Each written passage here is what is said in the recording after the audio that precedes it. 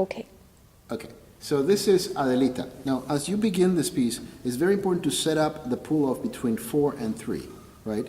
So you play with your thumb, and you pinch the thumb, or the 6th string and the 1st string, and you right away jump over to the 7th position, right? And then you set up 3 and 2, right? And then you have a pull-off from 4 to 2, so it really works well after you begin, right? That's the only concern, making sure that this is set up well and landing over here. But once you get that going, everything almost falls into place. And then with A bass, 4 pulls up to 2. Very important to set up 2 as well as 4 for the pull-off. Right? And then you're going to jump, I believe, to, let me make sure. Oh, it's just right there.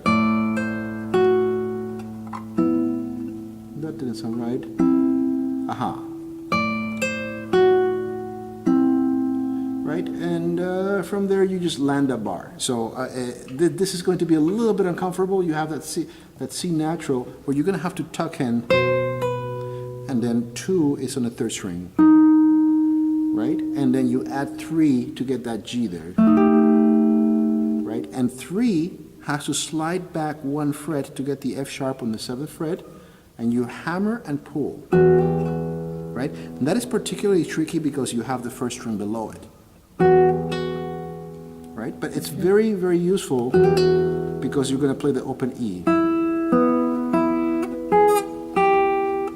Right? It's kind of nice to hit this G over here because it sets you up for the glissando, for the return,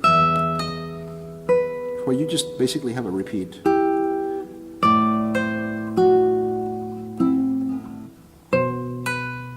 Now you might be thinking, why don't I use 2 here? Because you're going to have to jump right over to the 3rd string, right? So after you do this, yes, it's a little bit cumbersome. You did this, and then you're going to have to bring your 3rd finger here, but it's worth the effort.